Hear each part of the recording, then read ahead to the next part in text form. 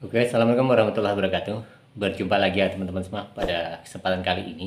Kebetulan saya tuh ada salah satu komentar dari subscriber kita ya. Sebenarnya ini adalah hal yang mengkritisi, tapi ini juga bisa menjadi suatu bahan pembelajaran bagi kawan-kawan semua ketika kita itu usaha, terutama di kuliner ya. Nah, ini bukan tentang usaha roti goreng dan cakwe saja, tapi mungkin bisa untuk usaha-usaha kuliner lain yang notabene kita itu membentuk potongan ataupun bentuk dari makanan itu secara manual. Nah, jadi kemarin ya teman-teman, ada salah satu kritikan dari teman kita itu, ya ini setengah bercanda tapi itu ya bisa dikatakan serius. Jadi mengatakan bahwa setelah beliau melihat ya, menonton video-video kita gitu seperti itu, dan dia mengatakan bahwa potongan-potongan yang kita miliki itu terlalu kecil dan tipis-tipis kan seperti itu. Nah, sehingga saya jawab teman-teman ya, saya jawab bahwa kalau untungnya besar itu, kalau potongnya besar-besar nanti untungnya keuntungan kita ya itu akan lebih menipis. Sehingga kita kan namanya orang jualan, menurut saya seperti itu kan, itu kita juga punya target yaitu sebuah keuntungan secara materi kan seperti itu. Nah, ini saya angkat ini karena apa teman-teman ya? Ini untuk kita bahan belajar, terutama buat teman-teman semua yang pemula. Biasanya itu kan terkendala oleh potongan-potongan kita ketika kita membuat odading atau roti goreng ini ya teman-teman, dan cakwe. Karena apa? Kadang karena kita itu kan untuk memotong itu adalah manual. Jadi kita membutuhkan skill masing-masing. Nah, di sini menarik sekali karena setelah saya jawab ya teman-teman, saya jawab terus teman kita ini, satu subscriber kita ini juga dia istilahnya malah mengorek ya, mengorek eh, jangan terlalu, dia menyarankan untung jangan terlalu besar-besar ya teman-teman. Karena beliau mengatakan kepada saya, apa kamu tidak belajar ya, mengatakan saya, apa kamu tidak belajar, kenapa usahamu itu selalu gagal kan seperti itu ya teman-teman. Eh, karena terlalu gepeng-gepeng kan seperti itu, makanya usaha roti itu dulu gagal kan seperti itu ya, itu dikatakan seperti itu karena rotimu gepeng dan terlalu mau untung besar. Nah, ini teman-teman ya, hal menarik sekali yang kita bahas di sini. eh, ya ada dua permasalahan, karena pertama roti yang eh, menurut beliau, ya menurut saya juga seperti itu, memang realnya seperti itu, terlalu kecil dan gepeng-gepeng seperti itu. Dan yang kedua, menyinggung masalah kegagalan saya ketika usaha-usaha dulu kan seperti itu. Nah, jadi memang banyak sekali yang sudah saya jelaskan, tetapi di sini kan gini ya teman-teman.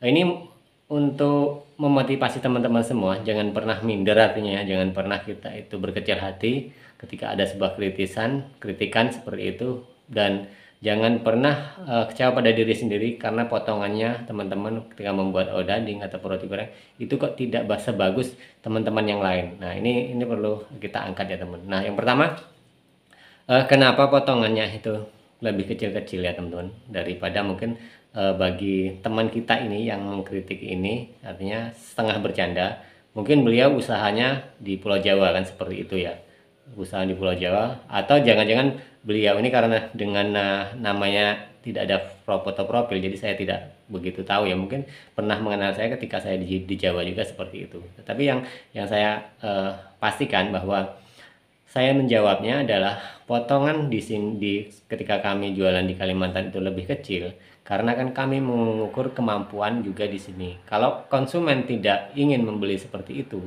ya mungkin kami juga tidak mau dong potongan kecil-kecil seperti itu, karena target kita juga ya lagi-lagi namanya kita usaha itu punya target yaitu untung atau keuntungan ya teman-teman. Nah, kalau dibanding dengan di Jawa, memang saya akui teman-teman, ketika saya jualan di Jawa pun, kalau saya potongan kecil-kecil itu pasti kalah saing dengan yang lain, sehingga dia akan lari ya, akan lari ke pelanggan, apa, ke pedagang yang lain, sehingga kita tidak dapat pelanggan karena lari semua, otomatis kan seperti itu. Nah, ini yang saya tangkap ini ya teman. Saya sudah artinya berterima kasih pada sebuah kritisin ini, tetapi saya juga mengangkatnya karena untuk teman-teman yang pemula yang sampai sekarang pun yang belajar kok potongannya tidak serapi orang lain seperti itu. Jangan pernah minder, jangan pernah kita itu berkecil hati. Pelanggan itu pasti ada apa ya, menilai kita itu dengan poin plus sendiri kok seperti itu. Jadi eh, kadang pun ya, kalau saya melihat ini realitasnya teman, kadang saya memikirkan, oh pepotongan jualannya teman-teman yang sebelah saya seperti itu, yang tidak jauh dari saya, itu sangat bagus ya seperti itu, rapi, bagus seperti itu, bahkan rasanya tidak kalah saing dengan kita seperti itu. Tapi kadang pelanggan itu lucu juga seperti itu, dia bilang ke kita kan, itu potongan yang sebelah itu rasanya kurang seperti apa. Nah, jadi setiap setiap orang itu pasti punya kelebihan di mata pelanggan masing-masing ya teman. Nama rezeki itu pasti sudah diatur, nah, seperti itu ya teman. Jadi intinya dari sebuah kritisan kenapa potongan kita itu gepeng-gepeng seperti itu, kita kan menyesuaikan keadaan yang ada di Kalimantan seperti itu. Dan tidak terlalu tipis-tipis banget, itu tidak, hanya memperkecil ya teman, memperkecil potongan. Dan ya intinya sama halnya menyesuaikan keberadaan di Kalimantan seperti itu. Kalau kita mengikuti pola yang ada di Jawa, mana dong untungnya seperti itu kan? Karena kalau di Jawa kan terkenal ya teman-teman, artinya makanan itu lebih murah, seperti lebih besar-besar kan seperti itu.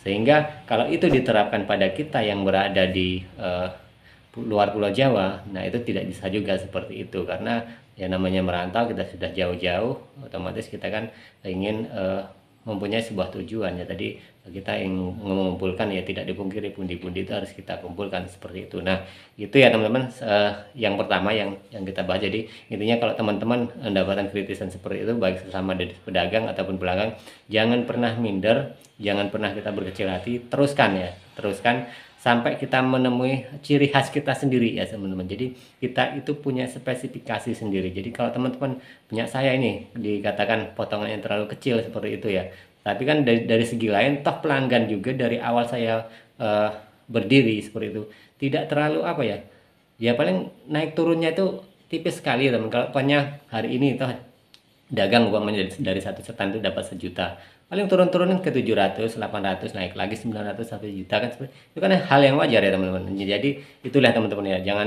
jangan pernah pesimis. Saya mengatakan jangan pernah pesimis pada teman-teman semua. Nah yang kedua teman-teman, yang kedua di sini mengungkit ya, artinya mungkin kenapa usaha saya dulu gagal, karena salah satu potongan saya itu tipis. Nah teman-teman ya, perlu diketahui sebuah permasalahan dalam hidup itu kan berbeda-beda ya teman, porsinya itu beda-beda seperti itu. Jadi mungkin porsi teman-teman ketika mengalami kendala ataupun gagalnya usaha mungkin berbeda dengan ketika kami ya, saya dengan teman-teman ataupun teman-teman yang mengkritis ini mungkin berbeda pola ya, seperti itu. Nah saya katakan seperti ini, kegagalan saya pernah menceritakan kegagalan saya bukan karena usahanya ya teman-teman, tapi karena hal lain. Nah ini saya buka saja teman-teman, saya itu waktu di Jawa seperti itu ya teman, waktu di Jawa itu saya kenal usaha ketika saya kuliah seperti itu. Dan usaha itu bukan hanya di Cakwe dan Odading ini, tapi ada di Senaman Pecel Lele. Nah dari masing-masing tempat ini itu saya serahkan kepada orang lain seperti itu. Jadi saya hanya nah di sini saya akui manajemen saya memang tidak bagus kan seperti itu. Selain saya dulu pada saat itu masih kuliah seperti itu, yang kedua ambisi saya terlalu besar. Jadi bagaimana cabang-cabang buka cabang seperti itu yang faktornya pertama ya, faktor kegagalan saya pertama. Yang kedua teman-teman, karena saya sendiri, saya katakan tadi berkaitan, saya tidak fokus di usaha. Bahkan saya juga ini terus terang waktu di Pulau Jawa itu bukan hanya ngurusin usaha. Jadi saya itu terjun ke dunia, maaf kata ya, saya harusnya tidak saya buka, terjun ke dunia politik kan seperti itu. Jadi 2 periode saya itu di salah satu kepengurusan partai yang menguras tenaga, biaya seperti itu kan, dan pemikiran. Jadi saya tidak fokus di usaha. Saya tidak pernah mengatakan bahwa kalau usaha itu gagal karena tidak laku, tidak seperti itu ya teman. Usaha saya itu gagal karena saya terlalu banyak berkecimpung di luar usaha. Nah itu sehingga mau tidak mau kadang seperti itu ya teman, tidak kuat untuk membayar kontrakan lagi kadang seperti itu, karena saatnya membayar kontrakan uang itu sudah habis. Nah, bukan tidak laku seperti itu, bahkan ada yang saya jual seperti itu. Nah teman-teman, nah jadi itu indikatornya waktu saya itu gagal. Jadi sekalian saya menjawab pertanyaan dari teman kita ini ya. Nah kenapa saya harus berpindah-pindah tempat? Nah, saya memikirkan seperti ini teman-teman, waktu saya ke Palembang itu usaha masih ada di Jawa ya, di Jogja terutama. Dan saya itu merantau ke Palembang pada saat itu tidak lama, sekitar hampir 2 tahun. Di sana jadi ya teman, saya serahkan kepada teman saya seperti itu. dan ada yang mengelola di sana. Jadi akhirnya kita bekerja sama dengan orang sana. Nah, di situ ada terjadi konflik karena ketika saya pada saat itu saya itu ambisi mengejar salah satu CPNS ya. Saya jujur itu saya pernah mengejar CPNS di Jakarta beberapa kali sehingga saya buka usaha juga di daerah Bekasi dan ternyata tidak berhasil, semua usaha pun akhirnya runtuh di Bekasi dan CPNS yang saya kejar itu artinya harus bolak-balik kan seperti itu pun tidak berhasil. Nah, akhirnya saya kembali lagi ke eh, Jogja ya dan Magelang. Disitulah saya berkecimpung di dunia politik pada saat itu. Nah, itu yang membuat saya semakin terpuruk ya teman-teman. Dan akhirnya ketika saya sudah habis-habisan di dunia politik ini ya teman, mungkin teman-teman bisa searching ya nama saya di Google, nggak tidak percaya, bahkan saya pernah mencalonkan ya salah satu anggota ya teman-teman, anggota DPRD ya, tapi ya tidak pernah berhasil ya teman.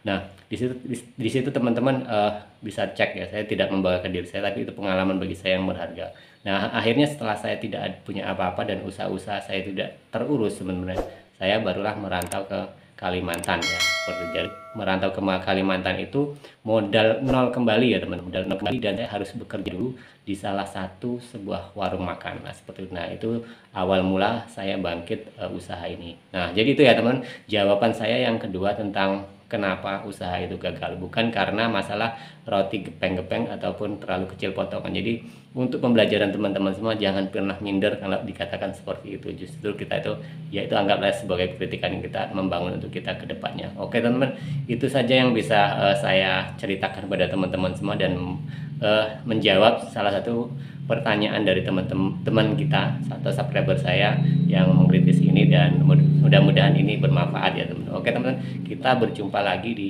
tayangan dan cerita-cerita tentang usaha Oda Dinan Cakwe di video-video berikutnya.